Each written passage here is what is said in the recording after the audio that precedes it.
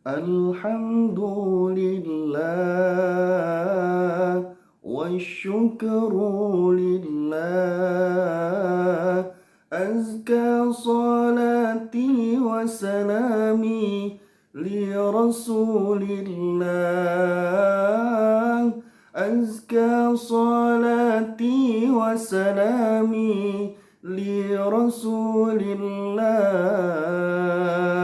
Sallu ala Nabi Muhammad sallallahu alaihi wasallam. Nabi Daud alaihi salam pernah bertanya kepada Allah Subhanahu wa taala, "Ya Rabb, siapakah temanku nanti di syurga?"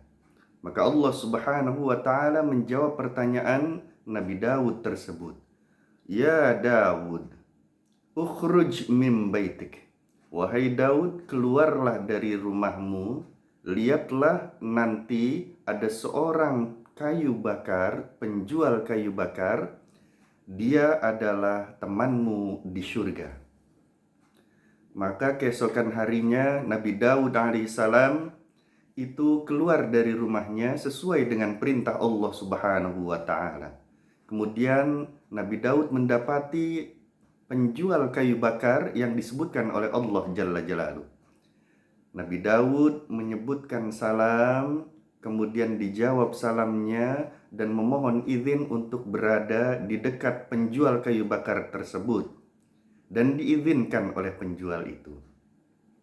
Tidak lama setelah semua kayu bakar itu terjual habis, karena belum melihat keistimewaan apa sebenarnya dari penjual kayu bakar ini, maka Nabi Daud alaihissalam memohon izin kepada penjual kayu bakar tadi untuk ikut ke rumahnya bersama putranya, yaitu Nabi Sulaiman alaihissalam, dan diizinkan oleh penjual kayu bakar ini. Berjalanlah mereka bertiga menuju ke rumah penjual kayu bakar tersebut. Penjual kayu bakar itu bernama Syekh Makhta. Di tengah-tengah perjalanan, Syekh Makhta mampir ke toko gandum, kemudian membeli gandum dan dibawa pulang bersama Nabi Daud dan Nabi Sulaiman alaihi wassalam. Sampai di rumah dipersilahkan duduk, dihormati itu Nabi Daud dan Nabi Sulaiman alaihi wassalam.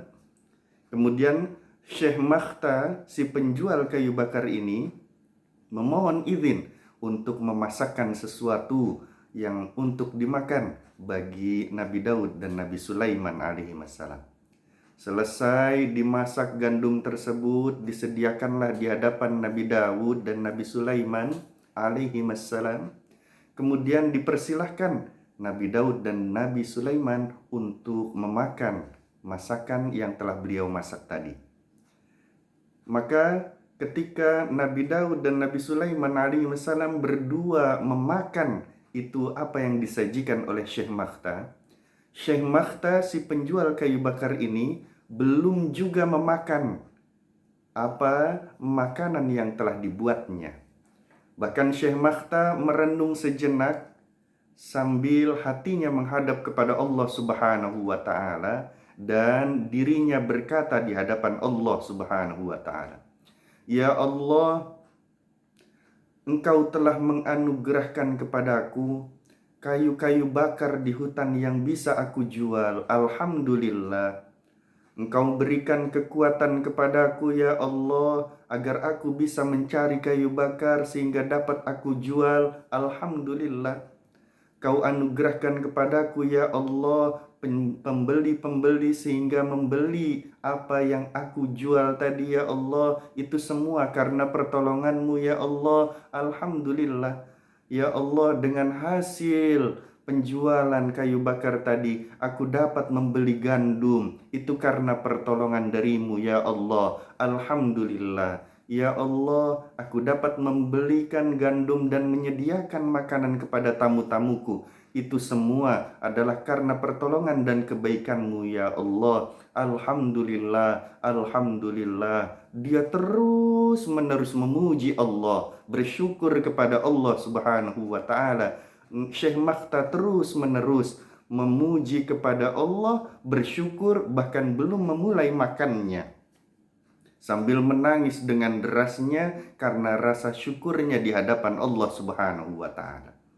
Maka Nabi Daud berbicara kepada putranya, yaitu Nabi Sulaiman alaihi wassalam.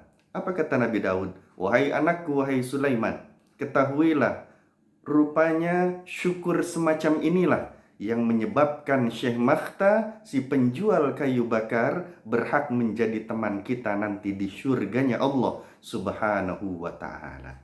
Masya Allah. Hadirin rahimakumullah, Allah Subhanahu wa Ta'ala berfirman di dalam surah Saba ayat ke-13. A'udzu billahi minasyaitonir rajim. Wa qalilum min ibadiyasy syakur.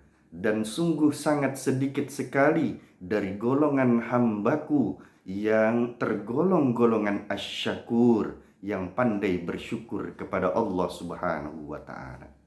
Golongan asy-syakur, mereka adalah yang hatinya bersyukur kepada Allah Subhanahu wa Ta'ala. Syukurnya bukan hanya di lisan, tapi hatinya bersyukur kepada Allah Subhanahu wa Ta'ala.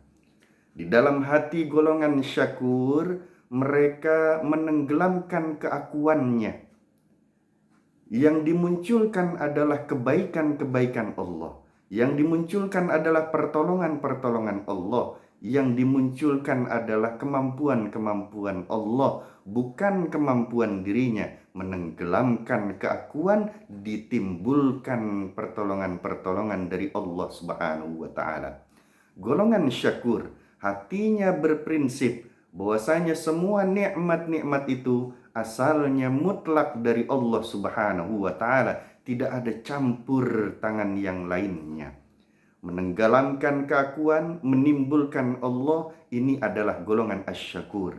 Dan ini termasuk golongan yang paling sedikit di hadapan Allah Subhanahu wa Ta'ala. Hadirin rahimakumullah, Syekh Makhta sebelum memakan makanan itu menenggelamkan keakuannya, ditimbulkan Allahnya. Yang ada di hatinya hanya bersyukur kepada Allah, memuji dan berterima kasih kepada Allah Subhanahu wa Ta'ala atas nikmat-nikmat dari Allah Subhanahu wa Ta'ala, sehingga diperinci satu persatu apa yang harus disyukurinya di hadapan Allah Subhanahu wa Ta'ala.